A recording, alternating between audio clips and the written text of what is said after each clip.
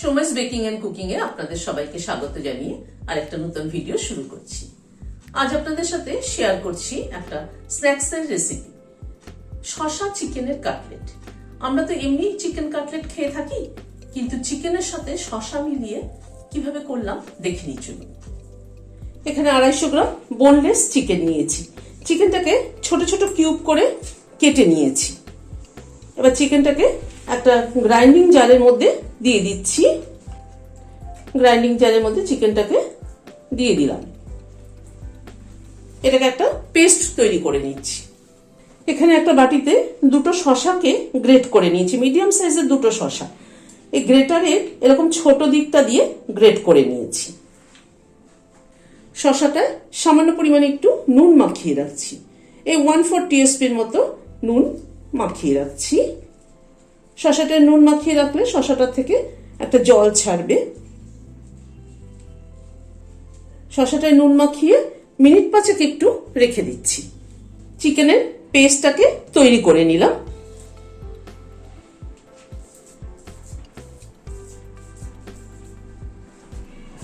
এবার শসাটা যেটা নুন মাখিয়ে রেখে দিয়েছিলাম, মিনিট 5 পরে শসাটা এরকম করে চিপড়ে পুরো শসার জলটাকে বের করে নেব।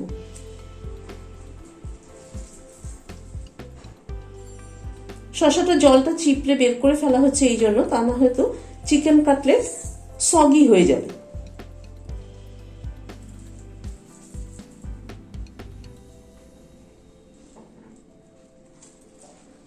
শসাটাকে জল নিংড়ে তুলে নিলাম। দেখুন কতটা জল বেরিয়েছে শসার থেকে। এখানে মিডিয়াম সাইজের দুটো পেঁয়াজ কুচি করে নিয়েছি, সেটা দিয়ে দিলাম। 1 চামচ আদা কুচি দিয়ে দিলাম। এখানে উঁচু উঁচু 1 চামচ আদা কুচি আছে। এখানে 4টে কাঁচা লঙ্কা কুচি করে দিলাম।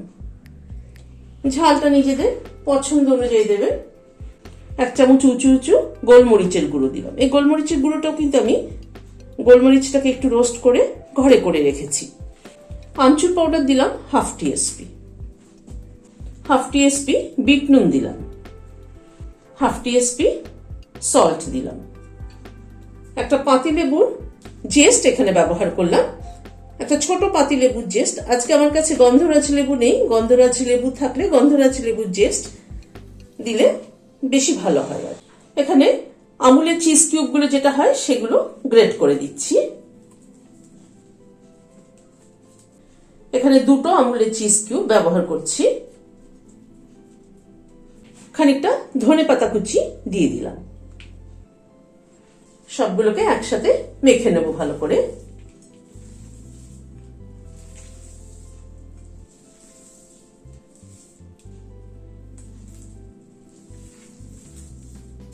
ভালো করে পুরোটাকে মেখে নিলাম। হাতে একটুখানি তেল নিয়ে নিচ্ছি, তাহলে কাটলেটগুলো গড়তে সুবিধা হবে। মিক্সচারটা থেকে খানিকটা করে তুলে নিচ্ছি।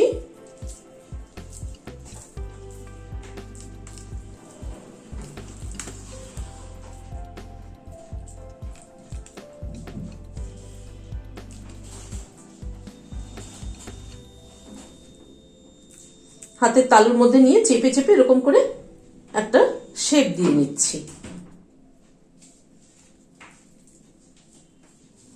এভাবে কাটলেটগুলোকে গড়ে নিচ্ছি।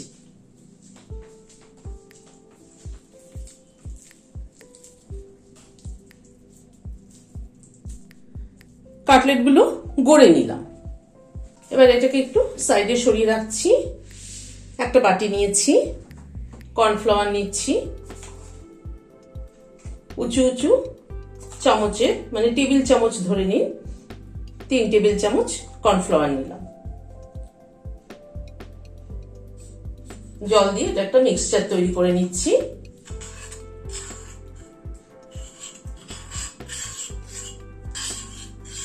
ভালো করে মিক্সচারটা তৈরি করে নিতে হবে যাতে কোনো লাম্পস না থাকে।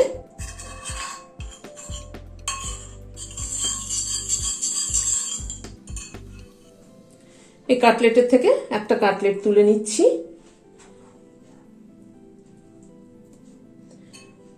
কর্নফ্লাওয়ারটা আবার একটুখানি নেড়ে নিতে হবে, কারণ কর্নফ্লাওয়ার কিন্তু নিচে বসে যায়।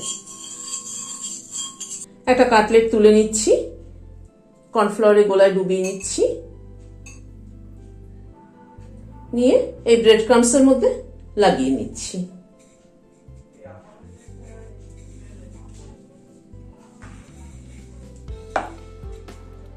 এভাবে ব্রেড ক্রাম্বসের মধ্যে চেপে চেপে লাগিয়ে নিচ্ছি।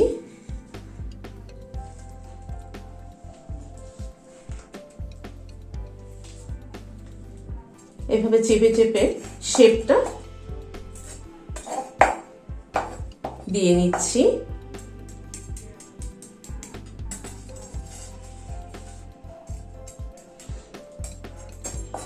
এভাবে একটা চপিং বোর্ডের উপরে রেখে এরকম একটা ছুরি দিয়ে বা খুন্তি দিয়ে করলে কিন্তু শেপটা খুব সুন্দর হয় এবং সহজেই হয়ে যায়। এইভাবে করে নিচ্ছি। কাটলেটগুলো সবগুলো তৈরি করে নিলাম। এবার এটাকে ফ্রিজে মিনিট 15 জন্য রেখে দেবো। ফ্রিজে রেখে দেবো এই কারণে যে ফ্রিজে রেখে দিলে ক্রাম্বসটা ভালো মতো সেট হয়ে যায়, তাতে ফ্রাই করতে অনেক সুবিধা হয় আর টেক্সচারটাও ভালো হয়। হাতে সময় থাকলে ফ্রিজে রাখবেন, আর যদি সময় না থাকে তাহলে সাথে সাথে ফ্রাই করে নিলেও হবে। কড়াইতে সাদা তেল বসিয়েছি, তেলটাকে গরম করে নিলাম। গরম করে নিয়ে গ্যাসের ফ্লেমটাকে মিডিয়ামে করে দিলাম। এবার কাটলেটটা ছেড়ে দিচ্ছি।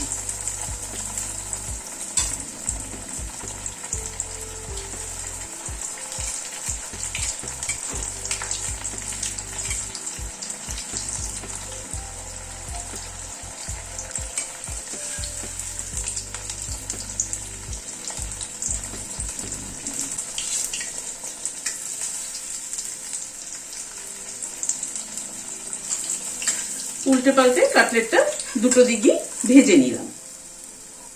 সাইডে একটুখানি এরকম করে কাত করে রেখে এক্সট্রা তেলটা একটু ঝরিয়ে নিচ্ছি। আবার একটা ছেড়ে দিচ্ছি।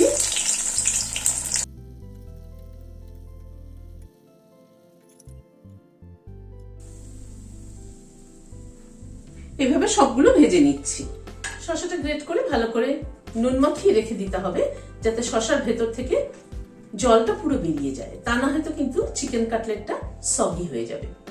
আর তার মধ্যে আদা কুচি, পেঁয়াজ কুচি, ধনেপাতা কুচি সবকিছু দেওয়াতে কিন্তু মুখে যখন খাওয়া হয় তখন মুখে এই বাইটে যদি এগুলো পড়ে খেতে কিন্তু খুব ভালো লাগে।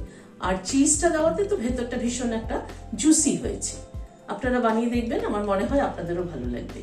তো যদি ভালো লাগে তাহলে রোজকার মতো আজ আবার বলছি, বন্ধু বান্ধবদের সাথে শেয়ার করার অনুরোধ রইল। আর যারা এখন আমার চ্যানেলটি সাবস্ক্রাইব করেননি, প্লিজ সাবস্ক্রাইব করুন।